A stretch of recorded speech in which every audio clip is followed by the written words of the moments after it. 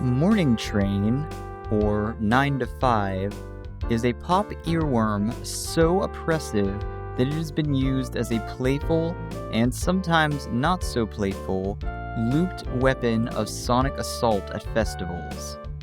It's also a rare song with a chorus so strong and self-contained that it's been used standalone in film and TV without any other parts of the recording.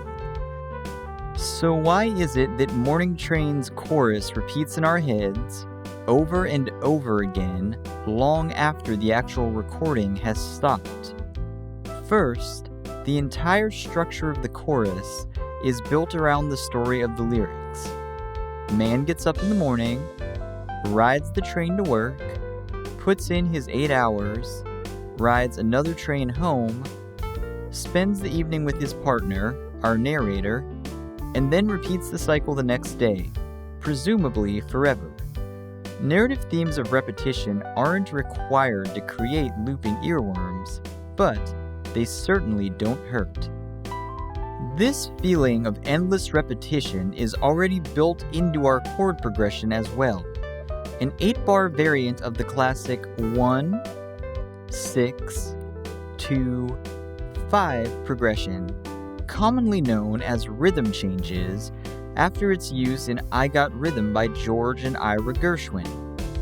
This sequence is fully self-cycling, beginning with the tonic and moving through a short circle of fifths before ending on the dominant and setting the listener up for a return to the tonic chord at the top of each cycle. Let's play through our chord progression, going from 1 to 6 to 2 to 5-7, suspended 4 to 5-7, and back to 1 to restart the cycle.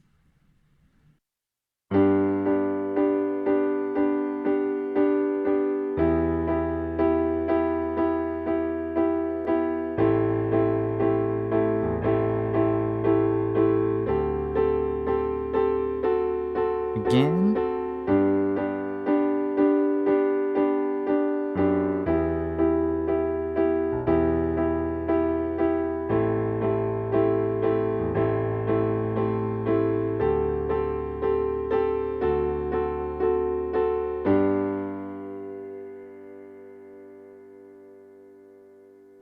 The chorus melody is also based on a recurring motif, with 3 quarter notes starting on beat 2, going from a downward leap to an upward step, followed by a rising, largely stepwise melody in the second bar. The second half of each line is mostly composed of quarter notes, with a swung 8th note syncopation at the end of each phrase on the and of beat 4. Continuing over the bar line to beat 1, and creating pull towards the next phrase. The pitch level of the melody gradually rises through each of the first 3 lines, mirroring the uphill journey from bed to the train ride and a long day of working. When used to its full potential, this kind of rhythmic repetition creates anticipation and cumulative rewards, rather than boredom. Let's hear how the melodic and rhythmic motifs tie each phrase of the melody together while providing us with a little bit of development and variation each time. So we'll start with the first line. Then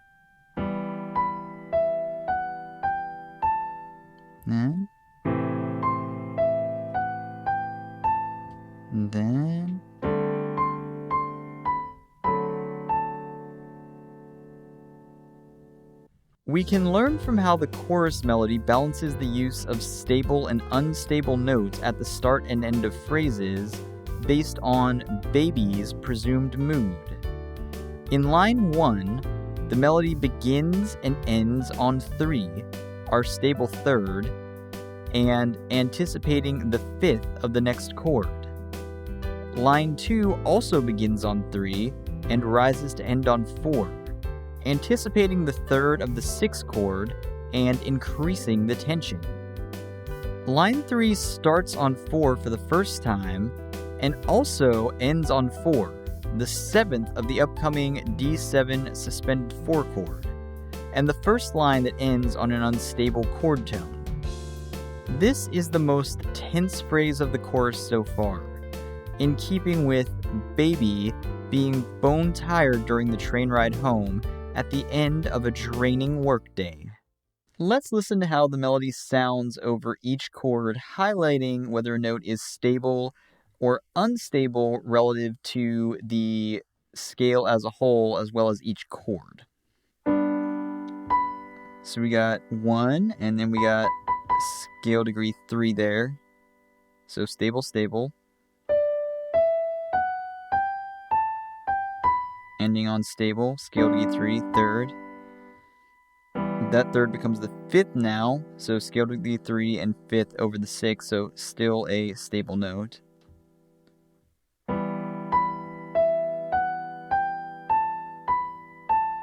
Ooh, got an unstable note there in both the scale degree 4, and over the chord because that's a flat 6. However, we could consider an anticipation or a passing dissonance, because now we're going to go to here. So now over our 2 chord, this is a stable 3rd, but we have a bit of tension because it's scale degree 4.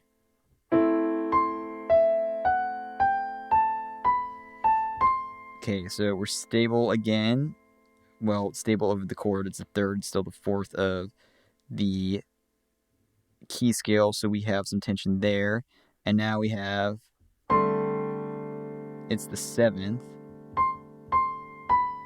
And now we go from this suspended 5-7 suspended 4 chord to the 5-7. And now we're going to have these little suspensions here. So we're going to go from 6 to 5 over the chord and 3 to 2 over in the scale. So tension, resolve, and then a suspension from below. So 4, 5 over the chord, and it's 1, 2 in the scale. So we're waiting for this, which we know from our discussion that we're never going to get. So in total, that's stable, stable, stable, unstable, dissonance, stable, stable, dissonant but more stable, and then we have this.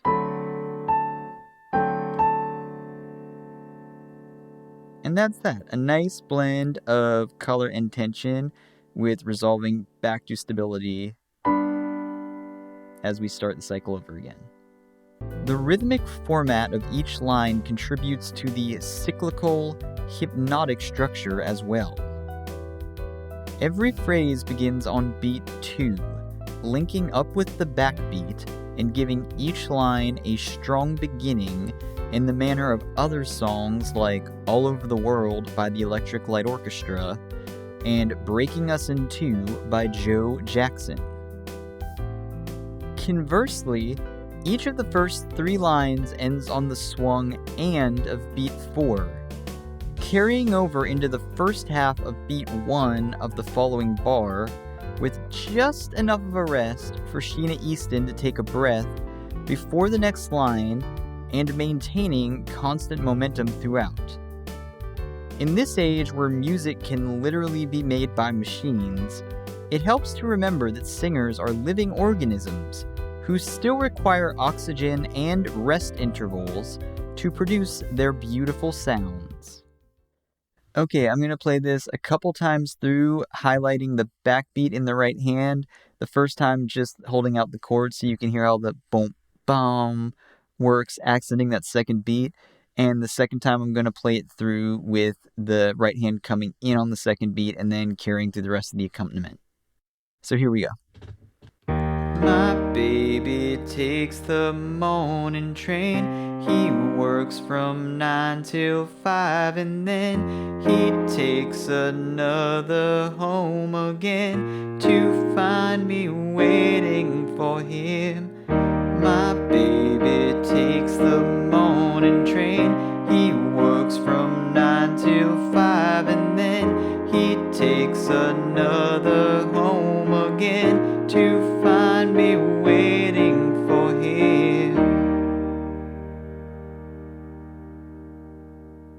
The established rhythmic and melodic conventions of the first 3 lines in bars 1 through 6 pays off via the 4th line in bars 7 through 8. The 3 quarter notes remain, but now we start on the highest note of the melody, scale degree 4, and descend throughout the phrase until we come to rest around, but not on, the tonic, symbolizing the return home to a place of comfort and relaxation, with a hint of the next working day to come. The final note of the melody mirrors this by finishing on scale degree 2, ending the cycle on an overall unstable note, even as the chord progression and melody-chord relationship imply a successful conclusion to the day. Likewise, the last syllable of the last line ends on the and of beat 3 rather than beat 4, breaking up the pattern and giving a bit of figurative and literal breathing room before the start of the next chorus. This also makes room for the verses to resume on a pickup to beat 1, but that's a story for another time. So let's hear what our melody sounds like and how ending on 2 at the end of the chord progression sends us back through another cycle, sounding like we're going to resolve, but then instead propelling us through another loop and another loop, hypothetically forever.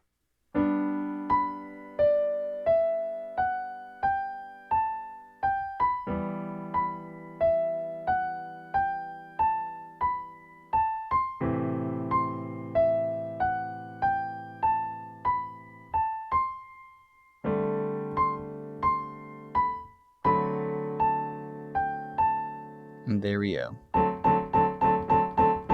And instead of going to 1, we go here, and that sends us back to,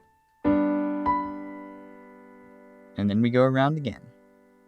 In conclusion, some of the things that make Morning Train so catchy are the use of short cyclical progressions, repeated rhythmic motifs, gradually progressing from stable to unstable scale and chord tones, ending phrases on syncopations and weak beats, the use of extended rise and arch forms, and ending the melody on a satisfying yet unstable note. That was Morning Train. Hopefully it's not stuck in your head for too long or too incessantly, but if it is, at least you learned something along the way. If you enjoyed this lesson, please like the video and subscribe to the channel. And in the meantime, take care of yourselves, take care of someone else, and have a good day.